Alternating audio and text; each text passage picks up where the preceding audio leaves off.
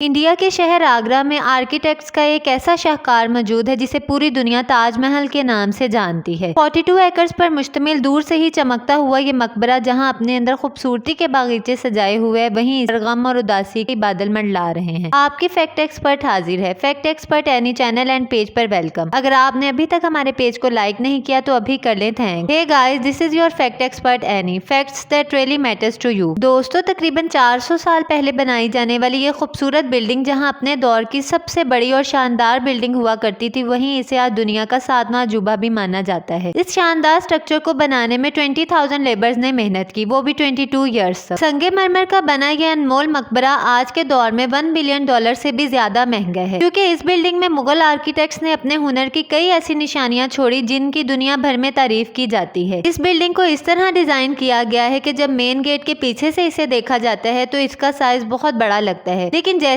इसकी तरफ बढ़ा जाता है तो इसका साइज छोटा हो जाता है। मुमताज महल, जो कि शाहजहां की बीवी थी, जब वो दुनिया से रुखसत हुई तो इस गम की परछाई ने शाहजहां को अंधेरों में धकेल दिया था। मुमताज महल ने मरने से पहले आखिरी ख्वाहिश की थी। वो चाहती थी कि उनकी कब्र दुनिया के खूबसूरत तरीन मकबरे में बनाई जाए। इस टास्क और मुमताज महल की आखिरी ख्वाहिश को पूरा करने के लिए शाहजहां ने अपनी सारी दौलत और पूरी जिंदगी वक्फ करने का इरादा कर लिया। मुमताज के गुजरने के 6 माह बाद ही ताजमहल की कंस्ट्रक्शन का काम शुरू कर दिया गया था। तकरीबन 20,000 मजदूर, पत्थर तराश और कारीगरों को पूरी सल्तनत से इकट्ठा किया गया, क्योंकि मुमताज की कब्र यमुना रिवर के नजदीक मौजूद थी। तो इसी वजह से इस जगह पर दुनिया की सबसे खूबसूरत बिल्डिंग बनाना काफी मुश्किल टास्क था। रिवर के किनारे जमीन काफी सॉफ्ट होती है और अगर यहाँ खुदाई का काम किया जाता तो ताजमहल की फाउंडेशन को भी नुकसान पहुंच सकता था। इस मसले के हल के लिए मुगल इंजीनियर्स ने सबसे पहले जमीन के अंदर कई कुएं खुदवाना शुरू किए। इन कुओं को पत्थरों से भरा गया। सारे काम को अंजाम देने के लिए मजदूरों के साथ साथ हाथियों की एक बहुत बड़ी फौज को भी इस्तेमाल किया गया था। ताजमहल के डिजाइन का आइडिया शाहजहां ने अपने बाप दादों के मकबरों से लिया था। बाप के मकबरे से मीनारों का आइडिया लिया, दादा के मकबरे से बिल्डिंग कोर का आइडिया लिया और अपने अंकल के मकबरे से डोम का आइडिया लिया था। ये सब इतना आसान नहीं था, लेकिन शाहजहां ने इस पर दिन रात मेहनत की। कई सालों की मेहनत के बाद बिल्डिंग का स्ट्रक्चर कंप्लीट हो चुका था और अब इसे संगमरमर से सजाने की बारी थी। ये संगमरमर आगरा से 400 किलोमीटर दूर राजस्थान से मंगवाना था, क्योंकि यहाँ का माकराना मार्बल आज तक दुनिया का फाइनेस्ट मार्बल माना जाता है। हाथियों की मदद से हजारों टन मार्बल राजस्थान से आगरा मंगवाया गया था। ताजमहल की फिनिशिंग के लिए इसको पिटरा डोरा या परचीनकारी से डेकोरेट किया जाना था। ताजमहल दिन में 4 मरतबा अपना रंग बदलता है। सूरज निकलने से पहले ये ब्लैक शेड देता है, सूरज निकलने के बाद ये लाइट येलो और पिंक शेड देता है, जबकि दोपहर के वक्त ताजमहल की खूबसूरती का नया रुख देखने को मिलता है और सनसेट के वक्त ये बिल्डिंग गोल्डन कलर की दिखाई देती है। शाहजहां अपनी बेगम की याद में 1654 में ताजमहल की कंस्ट्रक्शन का काम कंप्लीट कर चुके थे। शाहजहां ने मुमताज महल की याद में खूबसूरत मकबरे का नाम ताजमहल रख दिया। शाहजहां का ये महंगा तरीन प्रोजेक्ट कंप्लीट तो हो गया था, लेकिन इसने मुगलिया सल्तनत को तबाही के किनारे पर ला खड़ा किया। 4 सालों के बाद शाहजहां और मुमताज के अपने ही बेटे ने शाही तख्त उलट दिया और खुद मुगल एम्पायर का शहनशाह बन गया। शाहजहां, जो पिछले 30 सालों से इस तख्त पर राज कर रहे थे, उनको कैदी बनाकर आगरा फोर्ट में ही बंद कर दिया गया। सिर्फ एक फैसिलिटी शाहजहां को दी गई, वो ये थी कि जिस रूम में उन्हें बंद किया गया था उसकी विंडो से वो ताजमहल को देख सकते थे। 8 साल कैद में रहने के बाद शाहजहां भी इस दुनिया से रुखसत हो गए। शाहजहां को ताजमहल में ही दफन कर दिया गया था। उम्मीद है आपको ये वीडियो पसंद आई होगी। तो अपनी फैक्ट एक्सपर्ट एनी को इजाजत दीजिए। मिलते हैं कुछ मजीद इंटरेस्टिंग फैक्ट्स के साथ अगली वीडियो में। Till then keep learning and enjoying. हमारे पेज को फॉलो कर लें ताकि मजीद आने वाली वीडियोस आप तक सबसे पहले पहुंच सके। Thanks, bye bye.